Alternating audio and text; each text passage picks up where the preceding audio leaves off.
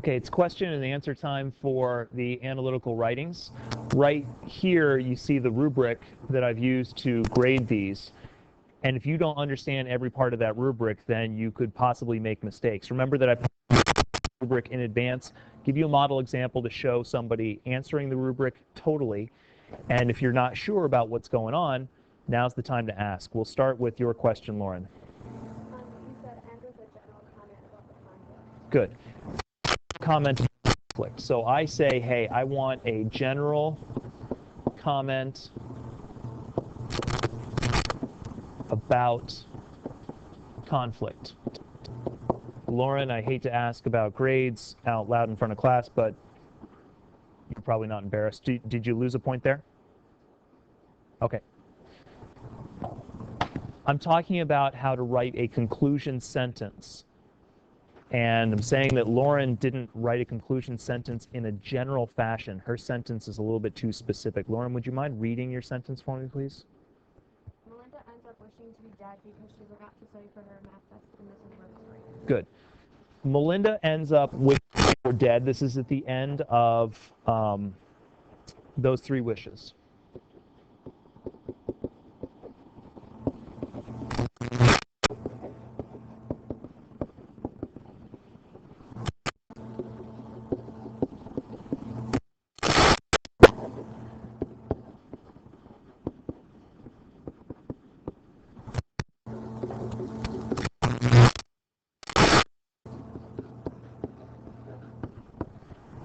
It's a paraphrase of Lauren's sentence. Pretty decent paraphrase. That's what you wrote. Okay. Can somebody tell me what she has just given me in the sentence? What is that? Miranda wishes she were dead. In terms of a story, what has she just given me? It's not a piece of imagery. Yeah. A detail that summarizes what? A specific event in the story, right? One specific event that happens in the story. This is a plot event.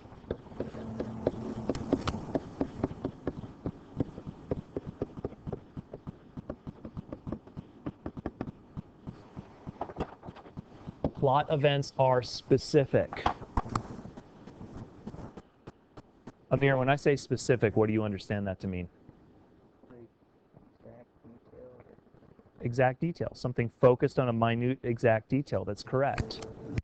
I say the word specific and I say the word general, and I think sometimes that just kind of floats over your head and you think, oh, I know what that word means, but you don't really pay attention to it. I want to draw your attention to it today. Specific means that it is one little detail among a multitude of details, one little plot event among a grand amount of plot events. Now, those three wishes is a short story, but still, all they are specific.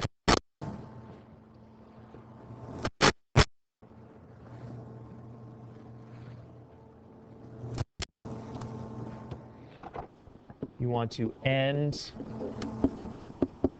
with a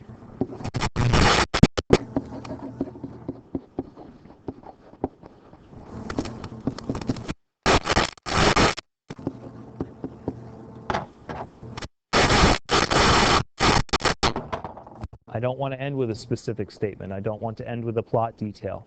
So if you ever end with a quotation is a specific detail. If you ever end summarizing a plot event, that is a specific detail. I do not want to end with specific details. I want you ending with a general statement. Because writing works like this. Watch the model.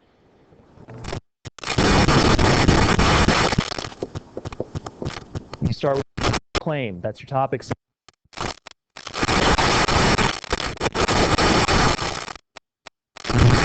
Details, your imagery details, whatever you're dealing with, your character details. Then you have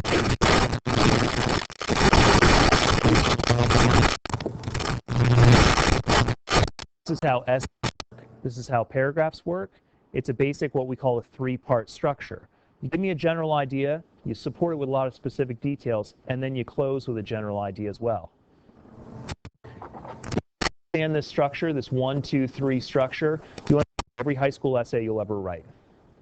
Intro paragraph, developing paragraphs, conclusion paragraph. That's it. General, specific, general. And I'm asking you to end with that general statement. It's a single sentence. So, Lauren, okay, that's all well and good, so how should I have ended it? And I'm going to ask her how she began it. Lauren, can you read for me your topic sentence, your claim? In those three wishes, Judith Gord develops an internal conflict between Melinda, Alice, and herself. Good. Can somebody tell me what the primary concept of Lauren's paragraph is? Lauren, read that again loudly, please, and I want somebody to answer this question. What is the the general concept that she's focusing on? In those three wishes, Judith Gord develops an internal conflict between Melinda, Alice, and herself.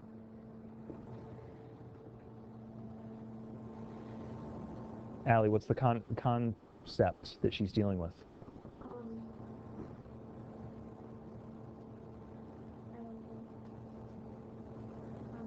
Which type? Internal conflict. That's the general idea. That's why I expect to see it in the conclusion sentence. So, if Lauren begins by talking about internal conflict, she should end by talking about internal conflict, and I would do something like this. I would keep her wishes she were dead sentence, change it. Keep that specific. Then I would do this.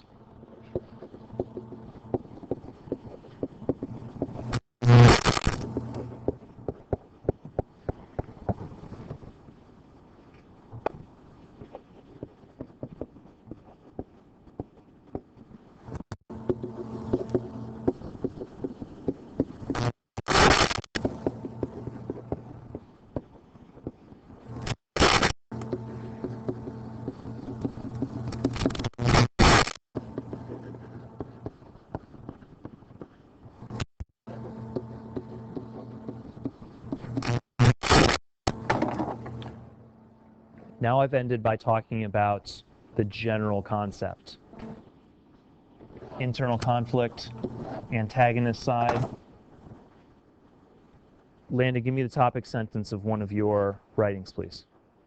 In The Monkey's Paw, the author, William Y. Mark Jacobs, created conflict between the monkey's paw and the consequences that can come with making a wish to change their fate.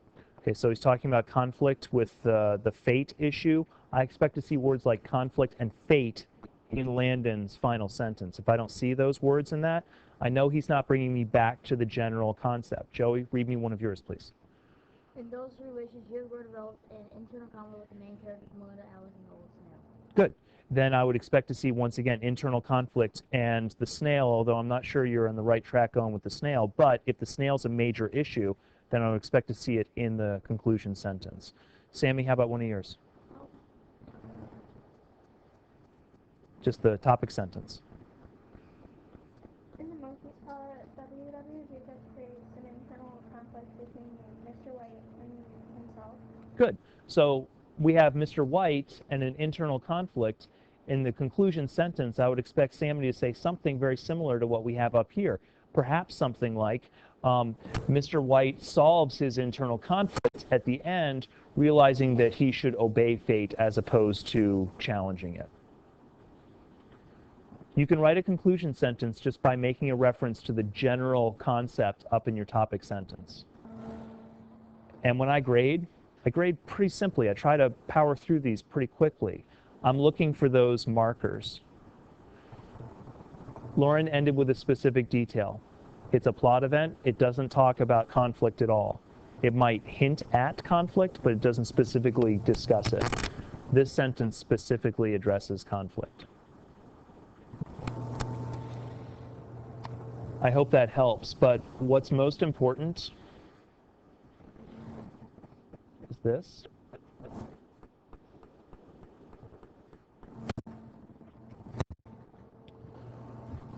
That you understand that all writing that is analytic, all writing like this, must follow this three-part structure. And eventually I will make you write an essay that will have a full introduction paragraph, and then developing paragraphs, and then a conclusion paragraph. Right now the model is just smaller. Sentence, few sentences, sentence. Okay, I think I've belabored the point enough. Anybody have any questions about that? Will, you had a question about one of your comments? Yeah.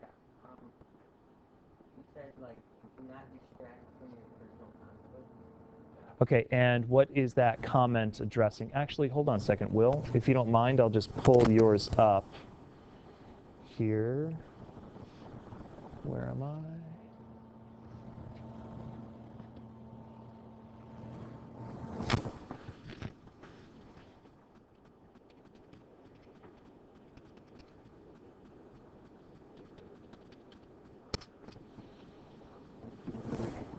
Which number is it? It should be The first one. Okay, so here we've got this. By the way, I hope you noticed the function here. If I want to know what this is referring to, I tap on it, and it addresses the highlighted area. If I wanted to know what I'm talking about here, it'll address that highlighted area. Here, it'll address that highlighted area. So here I'm on this comment. Do not distract from the personal conflict. I'd like to read the first couple sentences because I see what's going on, see if anybody else sees what's going on with that comment. In The Telltale Heart, Edgar Allan Poe develops a personal conflict between the narrator and the old man. The narrator in the story is mentally insane, and his internal conflict makes him want to kill the old man, while the old man just wants to live. Miranda. Very good.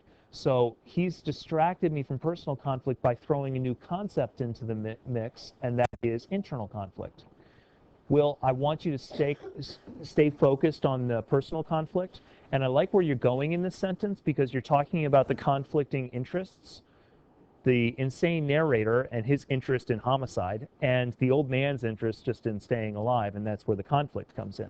I like that. However, when you talk about internal conflict, you make me as a reader start thinking about internal conflict, and I'm distracted from the personal one. Does that make sense? Cool. You could actually write another paragraph about internal conflict in the narrator, and that would be great. I'm not saying it's wrong. I'm just saying you want to stay focused on one topic at a time. Thank you for bringing up that question. More questions? We have a brief amount of time, but you've got comments on there. Yeah, Allie. In my first one, it says that I have a capitalization. Oh, capitalization issue? Okay.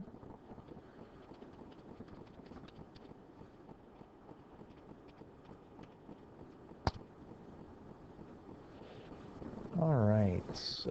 Analytical writing.